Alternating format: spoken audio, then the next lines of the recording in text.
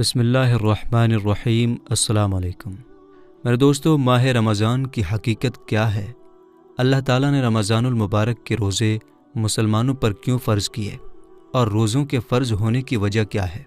روزہ رکھنے سے انسان کو کیا ملتا ہے؟ اور کیا رمضان المبارک میں رزق کو بڑھا دیا جاتا ہے؟ اور رمضان المبارک میں اللہ تعالیٰ کی رحمتیں کس طرح نازل ہوتی ہیں؟ اور رمضان المبارک کے مقدس مہینے میں شیطان کو قید کیوں کر دیا جاتا ہے؟ اس مقدس ماہ مبارک میں اللہ تعالیٰ کتنے لاکھ لوگوں کو بخش دیتا ہے؟ اللہ تعالیٰ اپنے بندوں پر اس ماہ مقدس میں وہ کون کون سے 5 خاص کرم فرماتا ہے جو اس سے پہلے کسی امت پر نہیں فرمائے؟ اور رمضان کی ہر مقدس اور بابرکت رات میں کتنے ہزار لوگوں کو بخش دیا جاتا ہے اور کتنے لاکھ لوگوں کو جہنم سے آزادی ملتی ہے؟ اور وہ کون سے بدقسمت لوگ ہیں جن کو اس مقدس مہینے میں بھی نہیں بخشا جاتا؟ اور رمضان المبارک میں گناہ کرنے والے لوگوں کے لیے حضور اکرم صلی اللہ تعالیٰ علیہ وسلم نے کون کون سے دردناک عذابات بتلائے؟ میرے دوستو، ان سارے سوالوں کا جواب قرآن و حدیث کی روشنی میں آج کی اس ویڈیو میں ہم آپ کو بتائیں گے۔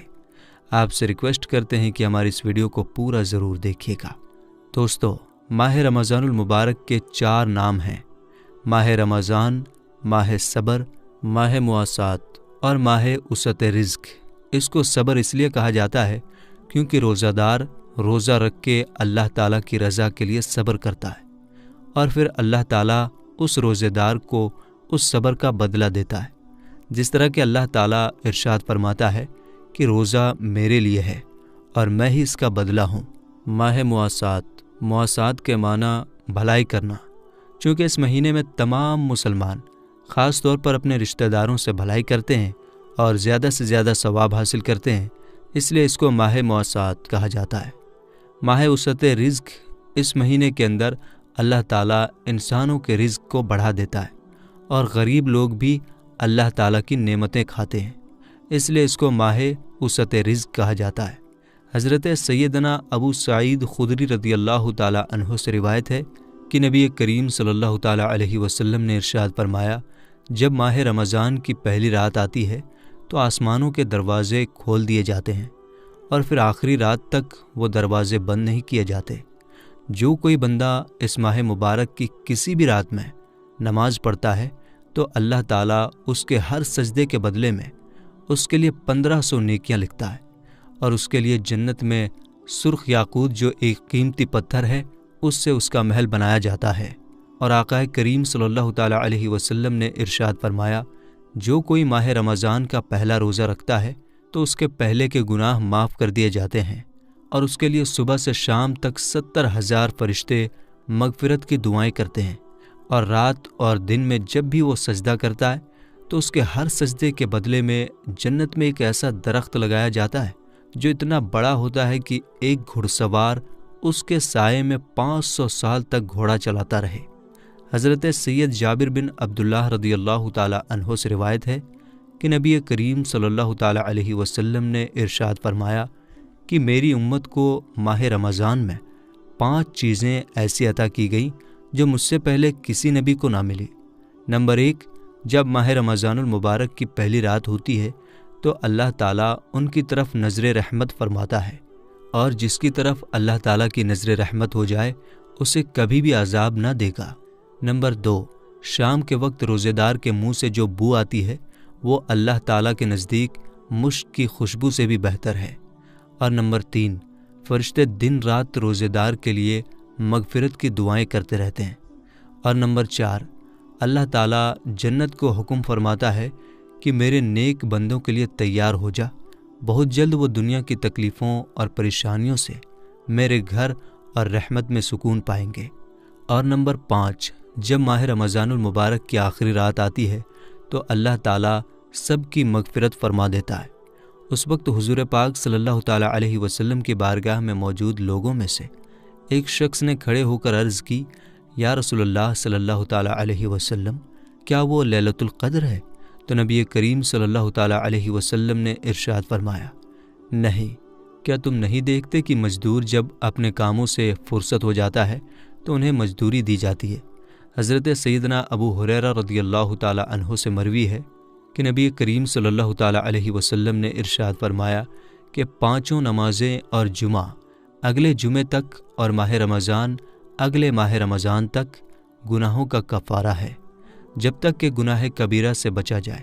حضرت سیدنا عبداللہ ابن مسعود رضی اللہ تعالیٰ عنہ سے روایت ہے کہ نبی کریم صلی اللہ تعالیٰ علیہ وسلم نے ارشاد فرمایا کہ رمضان شریف کی ہر رات آسمان میں صبح صادق تک ایک اعلان کرنے والا فرشتہ یہ اعلان کرتا ہے کہ اے بھلائی مانگنے والے، ارادہ مضبوط کر لے اور خوش ہو جا، اور اے برائی کا ارادہ رکھنے والے، برائی سے رک جا۔ ہے کوئی معافی مانگنے والا جس کو معاف کر دیا جائے؟ ہے کوئی توبہ کرنے والا کہ اس کی توبہ قبول کی جائے؟ ہے کوئی دعا مانگنے والا کہ اس کی دعا قبول کی جائے؟ ہے کوئی سائل کہ اس کا سوال پورا کیا جائے؟ اللہ تعالیٰ رمضان المبارک کی ہر رات میں افطار کے وقت 60,000 گنہگاروں کو جہنم سے آزاد کر دیتا ہے، اور عید کے دن سارے مہینے کے برابر گنہگاروں کو بخش دیا جاتا ہے۔ اور ایک دوسری روایت میں حضرت محمد مصطفیٰ صلی اللہ تعالیٰ علیہ وسلم نے ارشاد فرمایا کہ ماہ رمضان المبارک کے ہر دن میں اللہ تعالیٰ 10 لاکھ لوگوں کو جہنم سے آزاد کر دیتا ہے۔ حضرت سیدنا عبداللہ ابن عباس رضی اللہ تعالیٰ عنہ سے روایت ہے کہ نبی آخر الزماں حضرت محمد مصطفیٰ صلی اللہ تعالیٰ علیہ وسلم نے ارشاد فرمایا کہ اللہ تعالیٰ ماہ رمضان میں روزانہ افطار کے وقت 10 لاکھ ایسے گنہگاروں کو جہنم سے آزاد کر دیتا ہے جن پر گناہوں کی وجہ سے جہنم واجب ہو چکا ہوگا، اور جمعہ کے دن اور رات کی ہر گھڑی میں ایسے 10 لاکھ گنہگاروں کو جہنم سے آزاد کیا جاتا ہے جو اللہ کے عذاب کے حقدار بن چکے تھے۔ حضرت سیدنا عبداللہ ابن عباس رضی اللہ تعالیٰ عنہ سے روایت ہے کہ نبی کریم صلی اللہ تعالیٰ علیہ وسلم نے ارشاد فرمایا، جب رمضان المبارک کی پہلی رات آتی ہے تو عرش عظیم کے نیچے سے مسیرہ نامی ہوا چلتی ہے جو جنت کے درختوں کے پتوں کو ہلا دیتی ہے۔ اس ہوا کے چلنے سے ایسی خوبصورت آواز پیدا ہوتی ہے کہ اس سے بہتر آواز آج تک نہیں سنی گئی۔ اس خوبصورت آواز کو سن کر بڑی بڑی آنکھوں والی خوبصورت حوریں ظاہر ہوتی ہیں، جہاں تک کہ وہ جنت کے اونچے محلات پر کھڑی ہو جاتی ہیں، اور وہ حوریں کہتی ہیں کہ ہے کوئی جو ہم کو اللہ تعالیٰ سے مانگ لے اور ہمارا نکاح اس سے ہو جائے۔ پھر وہ حوریں دروغائے جنت سے کہتی ہیں کہ آج یہ کیسی رات ہے۔ اس وقت جنت کے دروغہ حضرت رضوان علیہ السلام حوروں سے کہتے ہیں، یہ ماہ رمضان المبارک کی پہلی رات ہے، جنت کے دروازے امت محمدیہ کے روزے داروں کے لیے کھول دیے گئے ہیں۔ میرے دوستو، روایات میں آتا ہے کہ جب رمضان المبارک کا مہینہ آتا تو نبی اکرم صلی اللہ تعالیٰ علیہ وسلم کا رنگ مبارک بدل جاتا اور آپ عبادت زیادہ کرتے اور اللہ تعالیٰ کی بارگاہ میں خوب دعائیں مانگا کرتے۔ حضرت سیدنا ابو ہریرہ رضی اللہ تعالیٰ عنہ بیان فرماتے ہیں کہ نبی آخر الزماں حضرت محمد صلی اللہ تعالیٰ علیہ وسلم نے ارشاد فرمایا، جب رمضان آتا ہے تو جنت کے دروازے کھول دیے جاتے ہیں اور دوزخ کے دروازے بند کر دیے جاتے ہیں، اور شیاطین کو جنزیروں میں جکڑ دیا جاتا ہے۔ اور رمضان المبارک کا مہینہ وہ بابرکت مہینہ ہے جس میں اللہ تعالیٰ چاہتا ہے کہ میرا بندہ زیادہ سے زیادہ میری عبادت کرے اور میری رضا حاصل کر لے۔ اسی وجہ سے اللہ تعالیٰ رمضان المبارک میں شیاطین کو قید کر دیتا ہے تاکہ شیطان مردود میرے اور میرے بندے کے راستے میں نہ آئے، اور میرا بندہ زیادہ سے زیادہ میری عبادت کر کے زیادہ سے زیادہ میری نزدیکی حاصل کر لے۔ لیکن بدنصیب ہیں وہ لوگ جو اس ماہ مقدس میں بھی اپنی خواہشات کے پیچھے لگے رہتے ہیں اور اللہ تعالیٰ کی رضا والے کام چھوڑ دیتے ہیں، اور اس ماہ مقدس کو بھی گناہوں کے اندر گزار دیتے ہیں، جبکہ اللہ تعالیٰ شیطان کو بھی اس پاک مہینے میں قید فرما دیتا ہے۔ اس کے باوجود بھی لوگ گناہوں میں ڈوبے رہتے ہیں۔ میرے دوستو، حضور اکرم صلی اللہ تعالیٰ علیہ وسلم نے ارشاد فرمایا کہ جو لوگ اس بابرکت مہینے میں بھی اپنی بخشش نہ کروا سکے تو وہ کب کروائیں گے؟ میرے دوستو، جو لوگ ماہ رمضان المبارک میں بھی گناہوں سے باز نہیں آتے، اس کے بارے میں حضور صلی اللہ تعالیٰ علیہ وسلم نے کیا ارشاد فرمایا؟ چنانچہ حضرت سیدنا ام ہانی رضی اللہ تعالیٰ عنہ سے روایت ہے کہ نبی کریم صلی اللہ تعالیٰ علیہ وسلم نے ارشاد فرمایا کہ میری امت ذلیل و رسوا نہ ہوگی جب تک وہ ماہ رمضان کا حق ادا کرتی رہے گی۔ تو حضور پاک صلی اللہ تعالیٰ علیہ وسلم کی بارگاہ میں عرض کیا گیا کہ یا رسول اللہ صلی اللہ تعالیٰ علیہ وسلم، رمضان کے حق کو ضائع کرنا اور امت کا ذلیل و رسوا ہونا کیا ہے؟ تو نبی کریم صلی اللہ تعالیٰ علیہ وسلم نے ارشاد فرمایا کہ ماہ رمضان میں حرام کاموں کا کرنا، اور پھر فرمایا کہ جس نے ماہ رمضان میں زنا کیا یا شراب پی تو اگلے رمضان تک اللہ تعالیٰ اور جتنے اللہ تعالیٰ کے فرشتے ہیں سب اس پر لعنت کرتے رہیں گے۔ پس اگر یہ شخص اگلے ماہ رمضان سے پہلے مر گیا تو اس کے پاس کوئی ایسی نیکی نہ ہوگی جو اسے جہنم کی آگ سے بچا سکے۔ پس تم ماہ رمضان کے معاملے میں ڈرو، کیونکہ جس طرح اس ماہ رمضان کے مہینے میں نیکیاں بڑھا دی جاتی ہیں، اسی طرح گناہوں کا بھی معاملہ ہے۔ میرے دوستو، اب بات کرتے ہیں روزہ رکھنے کا مقصد کیا ہے اور روزہ کس پر فرض ہے، اور وہ کون سے لوگ ہیں جن کو رمضان میں روزہ چھوڑنے کی اجازت ہے۔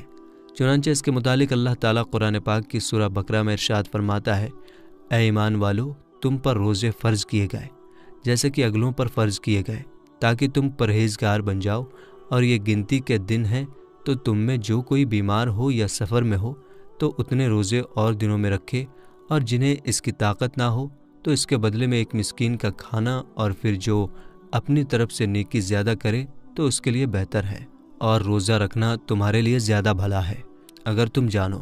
میرے دوستو، قرآن پاک کی اس آیت کریمہ میں اللہ تعالیٰ نے روزہ رکھنے کا مقصد بیان فرمایا کہ اے ایمان والو، تم پر روزے فرض کیے گئے تاکہ تم متقی اور پرہیزگار بن جاؤ۔